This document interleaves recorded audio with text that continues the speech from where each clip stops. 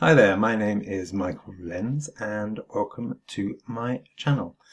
I thought I should put a face to the name, and you'll thank me for not hiding here in the corner over those critical drop-down menus and checkboxes that Unreal Engine loves so much. I've been working with Unreal Engine for about 18 months. My background is graphic design. I had a graphic design studio for 20 years in London. Since then, I've gone back to education. I teach graphic design at Liverpool, Sheffield and Birmingham universities. But personally, I've been kind of pivoting across to Unreal Engine. I'm really enjoying the challenge of the engine at large. It's amazing that it all works in real time and gives you that creative freedom just to think of something, prototype it and be in it and playing with it and understanding the kind of nuance of interaction very, very quickly and being able to iterate so quickly. So the video I'm about to show after this quick hello and intro, I'll stop waffling in a moment, is a project that I've been working on for about 8-9 months on and off called Flock. And I'd encourage you to look at that and think about any aspects of that project that you would like to learn, or if you have any ideas from any aspects of that project that you would like to sort of challenge me on, really, because I would quite like to, I like the challenge of kind of building little prototypes and trying things out. It kind of gives me a kind of good sense of satisfaction, and if I can then make that available to other people to use as a kind of learning tool as well, then I should be doing that. Otherwise, that would be remiss of me as an educator.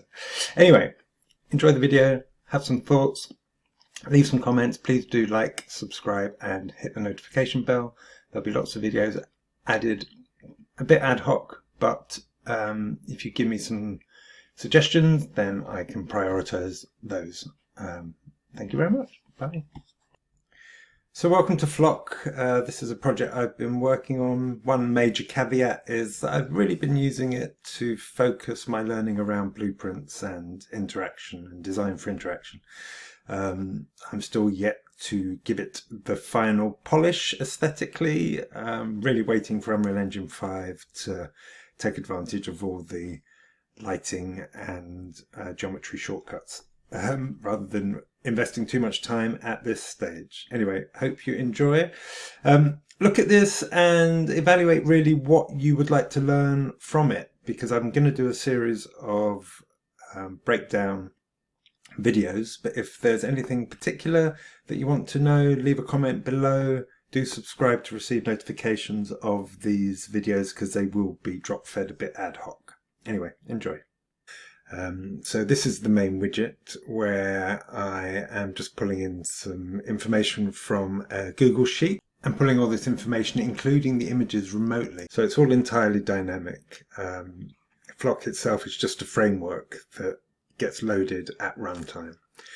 So I'll just click through into VR. Let me just put the headset on. There we are. Right, let's make sure I've got the right hands, left and right.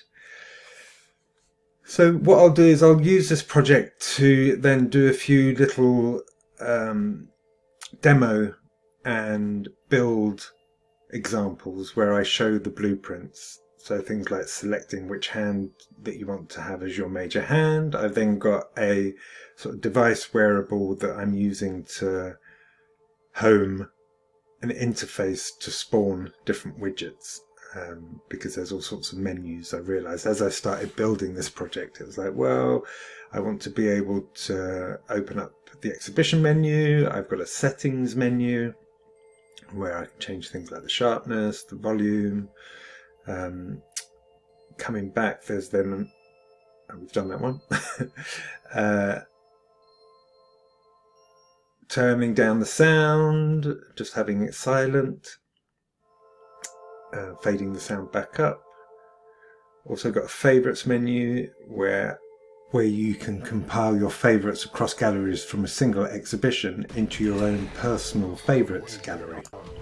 So with boards that have video, we've got the control where the post-process fades the entire gallery, and then there's an emissive material behind the media player, so it looks as if the kind of image is glowing a little bit. We've got control over the captions, so when we come out of that, then the lights fade up. Where we have any FBX models that again load dynamically, we've got controls over scaling those up and down. We can open and close the captions, and that gets saved. So if you've shut the captions, the next one you visit will remain closed. Same thing here with scaling the mesh. We'll go over here to the corner video. So these corner videos are YouTube links, which are put into this Google Sheet spreadsheet and then get pulled in dynamically at runtime. So I've got two big screens in the corners, and then on the boards themselves you can have just a showreel board, or you can have a showreel as part of a multi-slide board, which I'll show in a moment. We can fast forward, and we can of course restart, so you've got complete control over the kind of video. So coming back out, we can come to the cabinets. I've just got some images, and then on the VR widget we can move through those. There's a little rumble on the controller that tells you that there's a multi-slide either cabinet or, in this case, board. So this is where we have 6 slides, so we can use the HUD here, but then I can also use the controller. So here, slide 6 is actually a video. That just downloads first and then plays. So we're actually saving a local copy to avoid any sort of lag or buffering issues.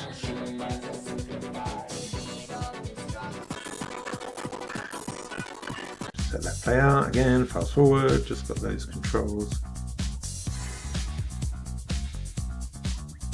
Now I'm having an issue at the moment because it seems that with 3D widgets they don't get affected by lights, and I want to illuminate that caption block. And playing around with the widget material, it gives you slightly unexpected results, so that's a bit of a head scratcher at the moment. Still not fixed that. Coming over, so this board has got 2 images. So again, I'm just using the controller to flip between the 2 on the grip.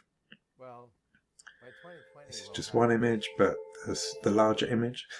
So at the moment we've got 5 different types of exhibits. We've got a showreel on its own, like this one. We have a small board, a large board, a mesh, an FBX model that is, and the cabinet. We've also then got the options of multi-slides on the boards and multi-slide with showreel. So for example, if it's an institution and a student has got 5 stills that they want to show, but also a showreel, that can be all accommodated on a single board. That exhibit is just one actor with lots of components, which get toggled on or off dependent on the exhibit type, which is brought in from the spreadsheet. Let's have a look here. We've got an architectural model here, and again, then the use of scale there is quite impactful. I've just set that scale at the moment. I haven't kind of refined exactly what the range is. So let's have a look. We can go to another gallery in the same exhibition because the show is split into different rooms. There's 4 rooms in this exhibition. And let's go to another exhibition now. We can get the main menu, but this is obviously now in VR, what we had before. And we'll go to Barbara's exhibition.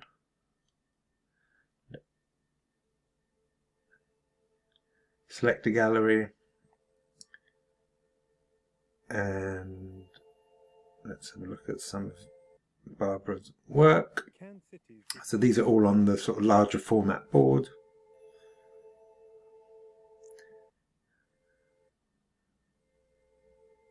There's a video there. So let's load another exhibition from the main menu. Let's have a look at Fabrice's. So there's a few things still to iron out, as you can see. I've got an issue with one of the gallery layouts. I've got 3 different gallery layouts. Things can be in a grid formation, a circular formation, or freeform by giving X and Y coordinates specific to each exhibit, again all being pulled in from the spreadsheet. So we can rescale the caption text size, we can add it to our favorites. The caption text size gets saved to a global variable, so the next one you go to is the same size, so it just becomes a sort of universal setting, but having that control on each caption block.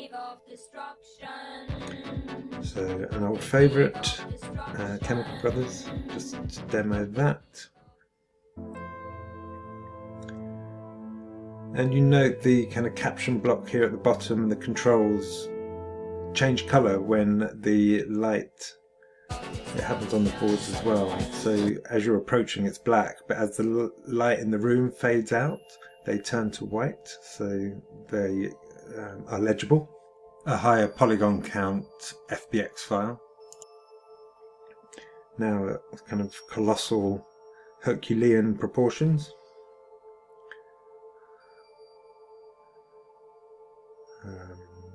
Just sort of letting that happen for the moment. This FBX doesn't have the pivot point bang in the center of the mesh, hence it kind of pivoting around one of the corners.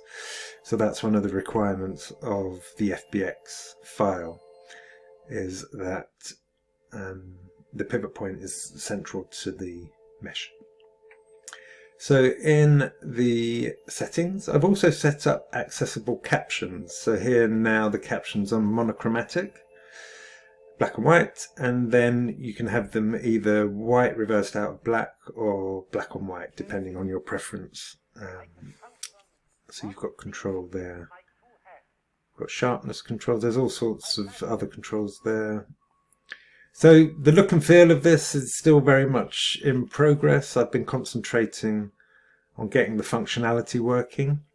I'm really waiting for Unreal Engine 5 so I can start dealing with the lighting more dynamically, and I don't want to waste time at the moment honing the visuals of this if the engine is going to change so dramatically. This is another example. Pat Vale, fantastic artist, London artist now based in Brooklyn. This is one of his gorgeous drawings of New York, and he's been doing a project recently where he, as part of travelling around New York, has been interviewing people and drawing them at the same time. And this is a collection of some of his drawings. We're kind of putting this together. This is still in progress. I've got some audio files of the interviews that will be the accompanying audio when you approach the board. So the drawings will have some added richness through the interviews or conversations or sound bites from the people that are in the pictures. So I need to fix that reflection issue. So you can see that the styling of this gallery is different. It's obviously darker, so now my hand mesh is using a different material. The highlight color gets applied to the VR locomotion.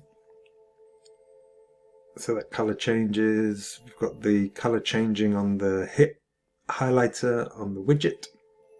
It's the same highlight color there for the captions. So even though the framework is consistent, you can tweak the colors so that you can add an accent color and make it feel a bit more in line with the branding of your show, whatever that may be, through adding color. So there's a lot in there, but do have a think and let me know what you would like to learn, and I will do a specific video for that. Thank you very much. So hopefully that's of use. If these videos are giving you some value, then please do like and subscribe and hit that notification bell. So thank you for your support. Live long and prosper.